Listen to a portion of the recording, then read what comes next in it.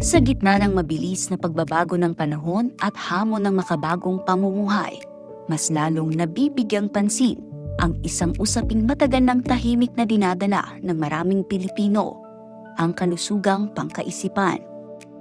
Araw-araw, dumarami ang mga nakararanas ng matinding stress, anxiety, depression, at iba't ibang suliraning may kaugnayan sa mental health. Mga problemang kadalasang hindi nakikita, ngunit malalim ang epekto sa bawat individual, pamilya at komunidad. Dahil dito, mas pinaigting ng pamahalaan at iba't ibang institusyon ang paghahatid ng mga programang nagbibigay suporta, pag-unawa at agarang serbisyong pangkalusugang pangkaisipan para sa publiko. At bilang bahagi ng mas pinalawak na adhikain na maabot ang mas marami pang mamamayan, isang mahalagang hakbang ang isinagawa sa pamamagitan ng paglagda ng Memorandum of Agreement o MOA sa pagitan ng National Center for Mental Health at UNTV. Layunin ng kasunduang ito na higit pang mapalawak ang impormasyon at kamalayan ng publiko hinggil sa mental health. Gayon din ang pagpapalakas ng mga programang makatutulong sa mga nangangailangan ng gabay at suporta. Sobrang mahalaga po sa amin, sobrang nagpapasalamat nga kami talaga sa UNTV for this partnership.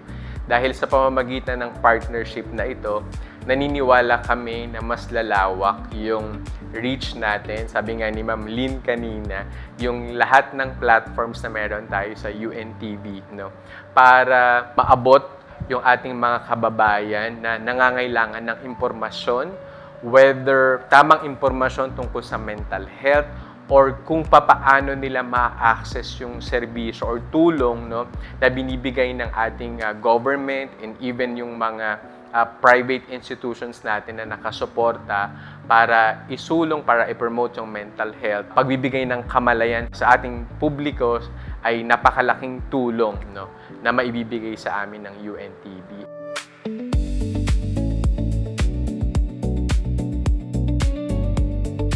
Ang mandato ng National Center for Mental Health ay mag-provide ng mental health services sa buong Pilipinas, nationwide. Ito ay nakasaad sa RA 11036 o tinatawag nating Mental Health Act, as well as ito rin ay nakasaad sa Universal Healthcare Act naman. Bukod dito, ang aming mother agency, which is the Department of Health, ay tinalaga sa amin ang ganitong serbisyo na mag-provide sa mga Pilipino ng mental health services. Nagsasagawa rin ang National Center for Mental Health ng mga mental health caravan sa iba't ibang bahagi ng bansa upang palaganapin ang tamang impormasyon tungkol sa mental health. Nagbibigay din sila ng gabay at mahalagang impormasyon sa mga local government unit o LGUs upang lalo pang mapalakas ang mga programang pangkaisipan sa mga komunidad.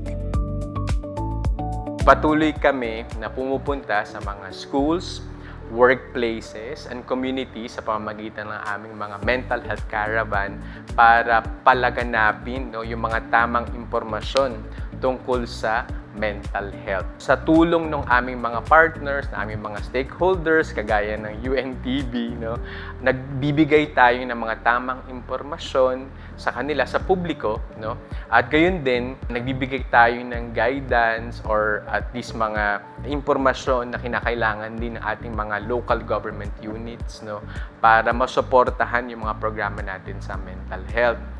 Patuloy din na pinapadali ng National Center for Mental Health ang pag-access ng mga individual at pamilya sa mga mental health services. Sa pamamagitan ng kanilang hotline at iba't ibang communication channels, mas mabilis nang makakalapit ang publiko para sa konsultasyon, counseling at iba pang kaukulang tulong, lalo na sa panahon ng krisis o emosyonal na pinagdaraanan. Ang National Center for Mental Health po ay bukas 24/7, Monday to Sunday. Meron din po kaming serbisyo na pinatutupad ang aming 24/7 crisis hotline.